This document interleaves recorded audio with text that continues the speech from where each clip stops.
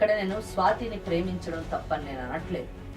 లేదా నేను తప్పుపట్టేది ఎక్కడంటే, నువ్వు ప్రేమించినప్పుడు నువ్వు లివ్ ఇన్ రిలేషన్షిప్ లో, ఎందుకంటే ఈ రోజు ప్రెగ్నెన్సీ వచ్చింది కాబట్టి భర్తను కూడా ఆమె కోల్పోయింది. అలా కాకుండా నువ్వు ప్రేమించిన తర్వాత మీ తల్లిదండ్రులు, ఇక్కడ కావాల్సింది ఏంటంటే కన్విన్సింగ్ కావాలి, కౌన్సిలింగ్ కావాలి. ఇది థర్డ్ స్టెప్. ఏమని, నువ్వు ప్రేమించావు కదా, నీ చదువు అయిపోయిన తర్వాత నీకు ఉద్యోగం వచ్చింది. ఉద్యోగం వచ్చిన తర్వాత, అమ్మా నేను ఫలానా వ్యక్తిని ప్రేమించాను, అతన్ని నేను పెళ్లి చేసుకోవాలనుకుంటున్నాను, మీరు నన్ను ఆశీర్వదించండి. కులం ఒకటి అడ్డు కాదు, కాలం మారింది, నేను చదువుకుంటున్నాను, చదువుకుని ఉద్యోగం చేశాను, హైదరాబాద్ లాంటి నగరంలో ఇవన్నీ ఉండవు, మేము అక్కడికి వెళ్ళి బ్రతుకుతాం, మీరు కూడా కావాలంటే మాతో వచ్చి ఉండండి అని ఆమె కన్విన్స్ చేసి ఉంటే చాలా బాగుంది. అట్ ద సేమ్ టైం తల్లి కూడా బెదిరించి భయపెట్టి పెళ్లి చేయడం అనేది ఒక తల్లికి ఉండాల్సినటువంటి లక్షణం కూడా కాదు.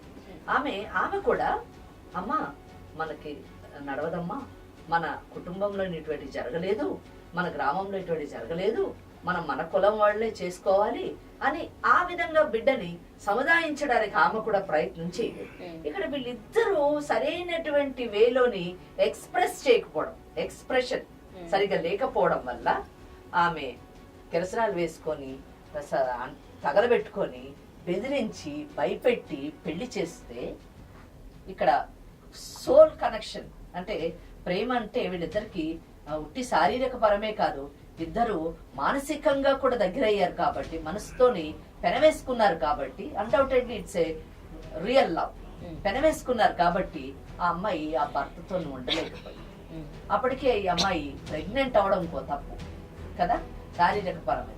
దాంతో ఆ అమ్మాయి జీవితం ఎటు కాకుండా, ఇటు భర్తకి కాకుండా, ప్రియుడికి కాకుండా, ఇటు అస్తవ్యస్తంగా ఈ రోజు ఇక్కడ నిలబడాల్సిన పరిస్థితి వచ్చింది. కనుక ఈ కేసులోని తప్పు జరిగింది. ఆ భర్త అనేటటువంటి వ్యక్తి కూడా మంచివాడు కావడం ఇక్కడ మనం గమనించదగినటువంటి విషయం. ఏది ఏమైనా కానీ వాళ్ళిద్దరూ మధ్యన ఎటువంటి శారీరక సంబంధం లేదు, కేవలము ఆ ప్రేమించినటువంటి వ్యక్తితోనే ఈమెకు శారీరక సంబంధం ఉంది.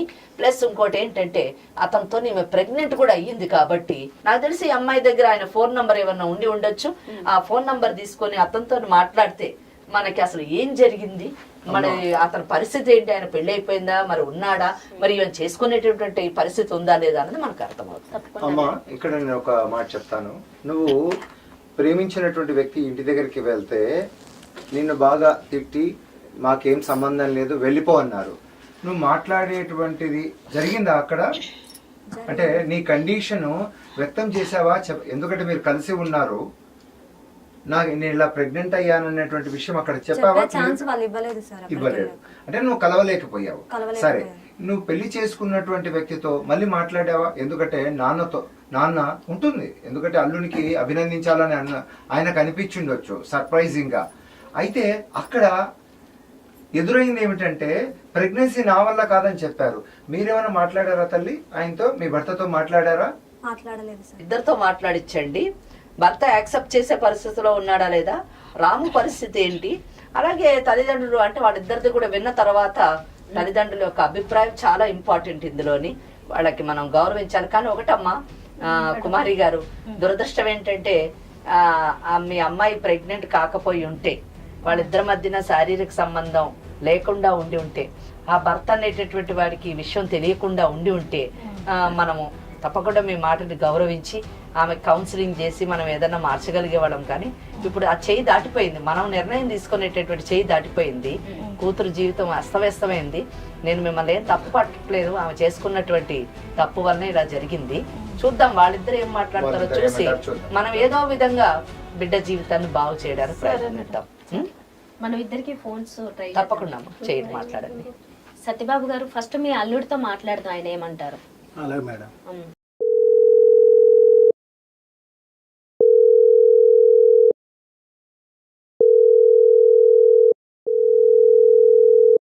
హలో, నమస్తే నరేష్ గారు.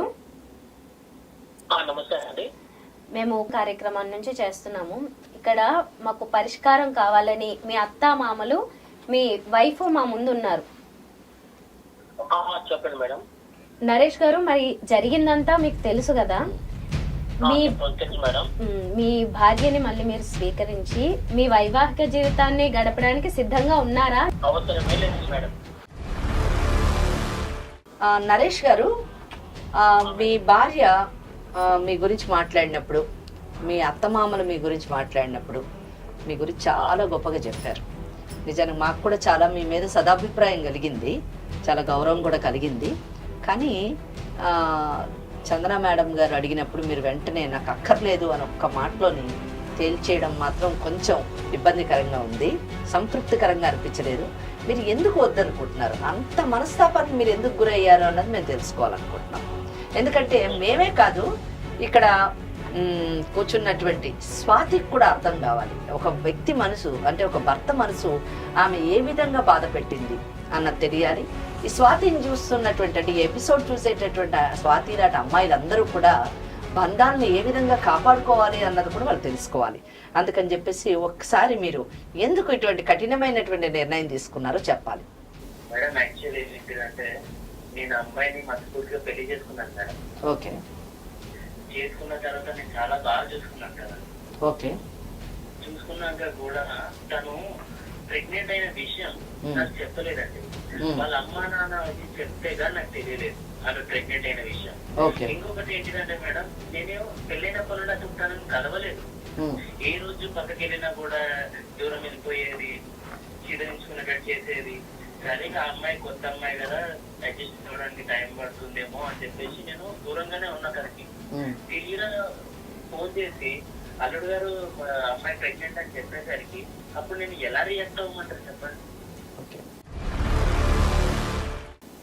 చాలా ఇబ్బందిగా ఉంటుంది. ఒకవేళ తనని నేను ఇష్టపడే చేసుకున్నాను కాబట్టి భరించమంటారా, లేదా తనకు పుట్టబోయే బిడ్డ వేరే అతని చెప్పేసి అతనితో ఉండమంటారా? మీరే చెప్పండి నా పొజిషన్. కరెక్టే, మీ పరిస్థితి చాలా ఇబ్బందికరమైనటువంటి పరిస్థితి. దీనికి సొల్యూషన్ ఒకటే నరేష్ గారు, మీరు ఆ అమ్మాయికి విడాకులు ఇవ్వడానికి సిద్ధంగా ఉన్నారా? విడాకులు, అవును మేడం, నేను విడాకులు ఇవ్వడానికి సిద్ధమే. అది కూడా ఎందుకు అంటున్నానంటే రేపు పొద్దున ఆమెతో నేను కరెక్ట్ గా ఉండలేనేమో, నా మైండ్ లో ఒక్కొక్క అదే గుర్తుకొస్తుందేమో. తన బాయ్ ఫ్రెండ్ తో చేసిన ప్రెగ్నెన్సీ కావచ్చు, ఆ పిల్లోడు బయటికి వచ్చినా కూడా నా కొడుకు కాదు వేరతని కొడుకు అని చెప్పేసి నాకు ప్రతిసారి అది అనిపిస్తుందేమో. బెటర్ ఎప్పుడో జరగడం కన్నా ఇప్పుడే నేను డివోర్స్ చేస్తే తను తన బాయ్ ఫ్రెండ్ పెళ్లి చేసుకొని హ్యాపీగా ఉంటది. సో నాకు కొత్త లైఫ్ ఉంటది. నరేష్ గారు, ఇప్పుడు ఎందుకంటే మీరు బాగా నచ్చారు అత్తమామలకు. సెకండ్ పాయింట్ ఏమిటంటే ఒక్కొక్కసారి మనం అనుకున్నట్టుగా అన్నీ జరగవు కాబట్టి, మీరు మంచి వ్యక్తి కాబట్టి కొంచెం మీరు మన్నించగలిగినటువంటి హృదయం మీ దగ్గర ఉంటే లైఫ్ కంటిన్యూ చేస్తారా? తనకి తన మనసులో తన బాయ్ ఫ్రెండ్ ఉండొచ్చు, తనతో చేసిన పనులు ఉండొచ్చు. ఇప్పుడు నేను ఎలా ఉంటానండి తనతో? ఓకే. మీ భర్త అయితే కరాఖండిగా ఒక నిర్ణయానికి వచ్చేసారు, కాదని చెప్పారు. ఇంకా ఒకటే ఆప్షన్ ఉంది, రాముతో మాట్లాడడం. రాము నెంబర్ చెప్పు, మాట్లాడదాం. ఇప్పుడు నెంబర్ అడగగానే చెప్తున్నావు, నువ్వు ప్రయత్నించావా ఆయనతో మాట్లాడడానికి? నేను ప్రయత్నించాను మ్యామ్, ఫోన్ చేశాను, నా ఫోన్ లిఫ్ట్ చేయట్లేదు, బ్లాక్ చేశారు మా నెంబర్.